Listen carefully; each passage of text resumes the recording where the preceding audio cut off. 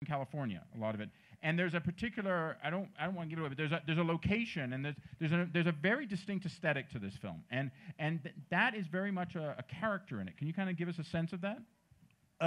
Yeah, well, there's like a principal location in the film, I guess. That's like a sort of, that's the reason that we shot in that town. But the town is also, I don't know, I was saying to like friends back home, they're like, oh, where are you going? And it's like, oh, I'm making a film in California, and they sort of think of the, you know, the beach and Beach Boys and stuff, and it was like really bleak. It was kind of like the bleakest town in the middle of England with a load of meth heads sort of wandering around. That sounds like Northern California. And the strongest marijuana on the planet. That's like half of California now. Yeah. Well, so there. It was, yeah, it does have quite a strong aesthetic, I suppose, but the place does, and then we all imposed a pretty strong aesthetic on it. Now, Aubrey, you're also a Sundance alum. You were here last year with Ingrid Goes West. Yes. How did you get involved with An Evening with Beverly Luff Linn? I was just sent the script, and I read it, and I read it like 5 times, maybe in a row, because it was so weird. And then I just started kind of cyber stalking Jim, and I saw his movie, The Greasy Strangler, and I loved that. And then I just started watching all these kind of weird little videos that he made a long time ago, and they just really made me laugh. And I just felt like, well, why not? You know, your character, again, I'm in this weird thing where I don't want to give anything away, but your character is a very unhappy person, for lack of a better way of putting it. Well, complicated and unhappy. She's, yeah. No, I mean, yeah, she's unhappy, but I think she's actually got a real kind of positive outlook on life. She's got a sort of suppressed spark. Yeah. So, for you, how after you came on board with it, how did you guys work together in fleshing out the characters and kind of giving them voice to the actors? Well, I mean, actually, I didn't. There was no sort of rehearsing really or anything much. I mean, I had like a sort of chat with all of them, and I think that probably quite a lot of it comes together with the costume and just, you know, like it happens quite quickly. I didn't want it to get too stale, and I think that once they start realizing what they're going to look like and see each other on set, it kind of falls into place, doesn't it? We'll see. I don't know. You watch it and tell us a bit. I actually don't think there was any discussion at all, now that I'm thinking about it. No, there wasn't. Do you prefer that in terms of filmmaking? Do you think it gives it a better energy? No, I think it can. I think it could have been good to have had a bit of time to rehearse, but it doesn't really bother me. You know, I mean, certainly, I feel like they're all kind of these self-involved, inward-looking, sort of strange characters who, so that in a way they don't need to relate to each other in a sort of predictable, straightforward fashion. So yeah, I just think it's fine. I quite like the fact that like Craig and Matt, when they shot their first scene, I think they met probably 2 minutes beforehand. But within 20 minutes, I saw you having a really good laugh, you two. So it was good. Craig, how is that, and Matt, how is that for you guys as actors when it's just it's so spontaneous and quick and just getting into the role and getting into shooting? Well, you've no kind of choice really. You just have to do it. So it isn't even a thought. You know, you've been paid to get there, you know, and sort of get there on time. So that's all I did. And that worked out? Well, he hasn't moaned, so, you know, I imagine. For you, Craig? I agree. You just go and, do the work. How is it for you? I mean, Craig, a lot of people know you on Fox's Ghosted now and your long career. You jump between doing mainstream network stuff and more experimental stuff and all sorts of things. Is that a conscious decision in your career? Yes. I mean, I have a great team who brings me projects like this one. But yeah, it's appealing to me, especially to cross over and to do more dramatic fare. So yeah, it's definitely, looking and going, yeah, I like the way this one feels. I like, like the director, I like like his vision. So yeah. None of you get to ask Legion questions, but I'm going to ask one of both Jermaine and Aubrey. Can you tell us anything about season 2? No. No. My duty is done. But Jim, I want, again, without trying to give it away, can you tell people, give them a sense of what this film is about? You mean like a sort of a little plot sense? Yeah, like a Twitter synopsis. Well, I'd say it's kind of about this sort of this magical, mysterious gentleman who comes to a small town with his partner, and they're going to perform some kind of magical event, and everybody's incredibly excited because everybody in the town is 60 years old or over, and most of them are sort of, no, I can't say that. Yeah, and then it's really about that, and everybody's fixated with the event and with Craig's character, and yeah, I mean, like Aubrey steals a cash box. you really weren't meant to get into that. It's on the synopsis on the app. Oh, is it? Like, Okay. It's right there. But actually, that's not quite what happens. So That's supposed to be Yeah. deleted. They should be deleted. They're just not deleting Yes. the apps fast enough nowadays. yeah. Jermaine, how did you become involved with this project? Well, I also was sent it and read it, maybe 1.5 times, not 5 times. I read it and then I skimmed for my bits. Highlighted them? No, I don't do that. Some people do that. You're a highlighter, aren't you? Love the highlighter. Yeah. You do That's yellow the or difference red? between us. All different kinds of That's colors. the way to do it. She keeps it fresh, for sure. And I really like the script. It found it very funny. And I hadn't seen The Greasy Strangler, but a good friend of mine said it was his favourite movie of that year. And although he couldn't think of anyone to recommend it to. And but I like the script so much, I said yes. I also knew who Jim wanted in it, and I'm a fan of all these guys, especially all of them. And safe there. So I was excited to work with these guys as well. And then when I saw the Greasy Strangler, and it's quite, I was quite disturbed by that, but I was excited that this sweet movie was going to be made by the person who made that disturbing, yet still funny movie. Yeah, Jim, for you, I mean, is it, you've been here, you came here with a short in 2010, and you came here with Stranger. What are your expectations for Sundance 2018, bringing a new film, and how is it different for you as a filmmaker now returning for the third time? Well, I suppose it's different in that last time round, the people that I was sort of doing interviews with or whatever, it was like it was a bit sort of One Flew Over the Cuckoo's Nest kind of feel to it. That's a whereas very now good comparison this for is this a film. very sort of slick, sophisticated operation. And then We have beyond beer. that, yeah. I don't really have any expectations. I mean, you just hope people enjoy it. I mean, I don't think really much beyond all that. I mean, I'm kind of nervous about it, I suppose, Aubrey, for you, having been here last year, what does this year mean for you, just having a new film at Sundance in terms of your overall career?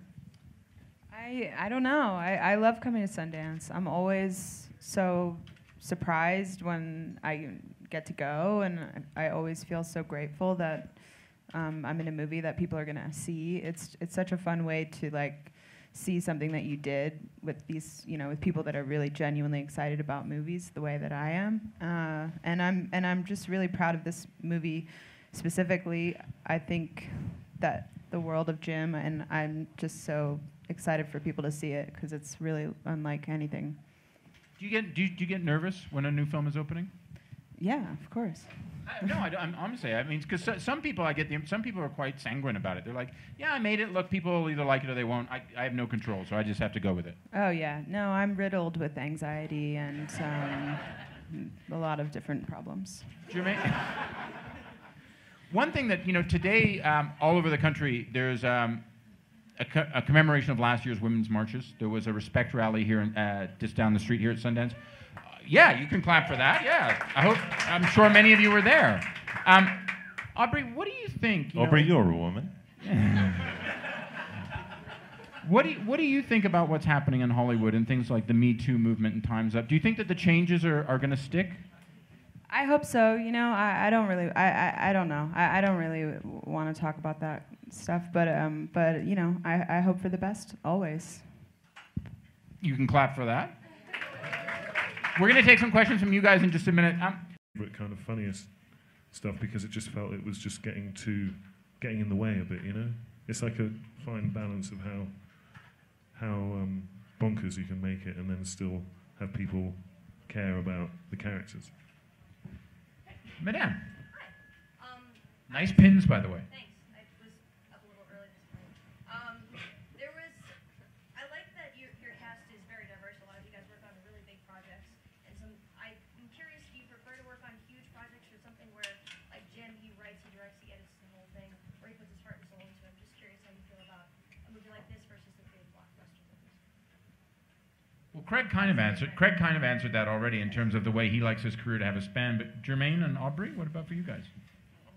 This sounds like I'm not going to be sincere, but I actually like being in a small town forced to be with people I don't know.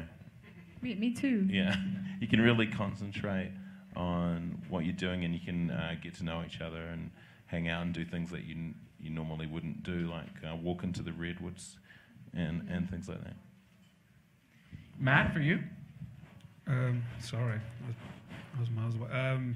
You got the altitude of Sundance. Sorry? You got the Sundance altitude. That's what it is. No, I mean, for me... You should slump down lower in your chair, man. I know. I mean, it's the same for everyone else. You know, I just wanted to work with these people. And comedy for me, it's I don't know, it's two different camps. It's either very kind of self-aware or it's not. And I'm interested in when it's not. And that's what this seemed to be, you know, when I kind of read it. So it doesn't matter, you know, how much sort of money is behind that. If it's what I like, you know, then I'll personally, you know, get involved. If it isn't, then I don't give a fuck, really, and I'll do something else. I think that should be on the Sundance app. Oh, That should God. be the opener. We have time for a couple more questions. Madame. Hello. Thank you.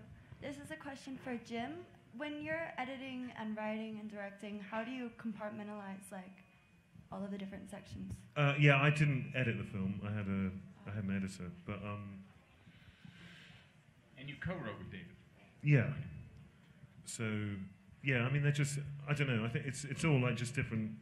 They're just different processes, and you know, it's like you don't have as much prep time as you want, and then the shoot is really tight, and then you have all this time to kind of microscopically get into it afterwards, and then you go fucking mental. Yes. Yeah, Jermaine, you were in Legion on the astral plane. You were in Ghosted and Mr. Robot. It seems like you have an attraction for strange, what I call weird fiction. Aubrey was also in Legion. That's right, that's right. So my question More is, so for than I am, any yeah. of the actors and the director, what is your attraction to what is now, I guess you could call weird fiction, which encompasses a really broad spectrum of different kinds of films and TV shows? I suppose it's the kind of thing I like to watch. So when I read something and I feel like, oh yeah, I'd like to see that, then that's even better. But I wouldn't characterize Ingrid Goes West as weird fiction, would you? Oh, I don't know. Is it weird?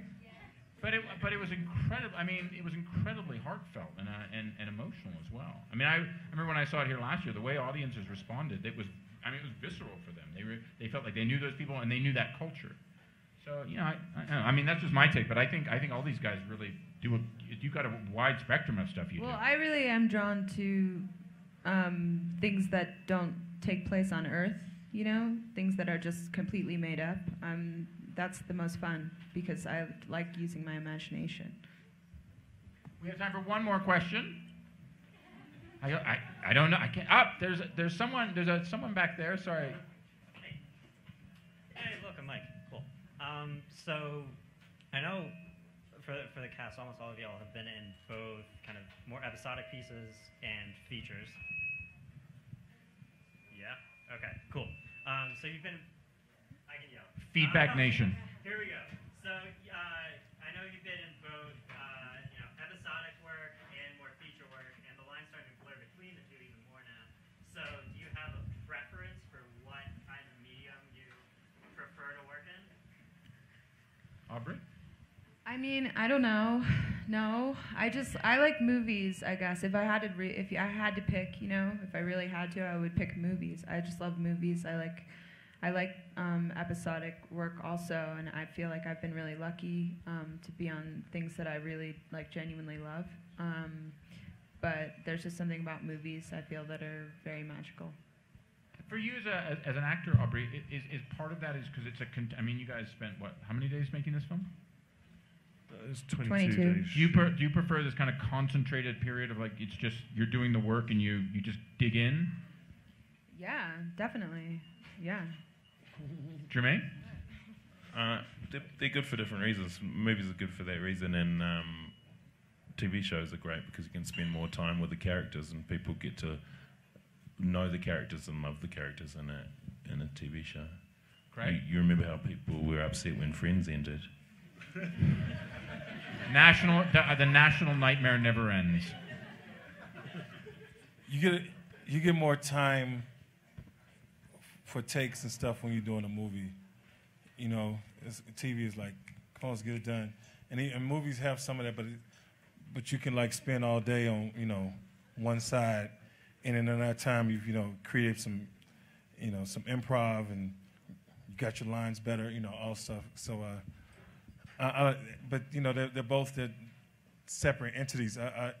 It depends on the project, which one, But there is some magic about doing a movie, creating this family, and then moving on, and of course some about developing characters over years of time. I forgot the question. You still answered I hope Matt hasn't forgotten it because it's his turn. No. I mean, it's the same answer, that I gave over there. Really, if it's kind of funny and I think it's funny, then I'm in, and if I don't, then I don't care, what it is, and I don't really want to do it. There's no other way of saying it, I don't think. I still, once again, think that should be the opening page on the Sundance app. Ladies and gentlemen, thank you so much for joining us with the director and the cast of An Evening with Beverly Luff Linn. We're going to be back tomorrow. We have our final panel here at the Stella Artois. Before you go, I'm going to forget some of this, so just briefly. We have these chalices on sale. If you buy one of these, you get to drink in it, which is awesome, especially where they have a lot of beer. But it also helps contribute to the environment, and it works with, tell me again, how does it work? Water.org, and basically it provides good quality water for 5 years all over the world. So do the right thing and have a beer. See you guys later. Have a great Sundance.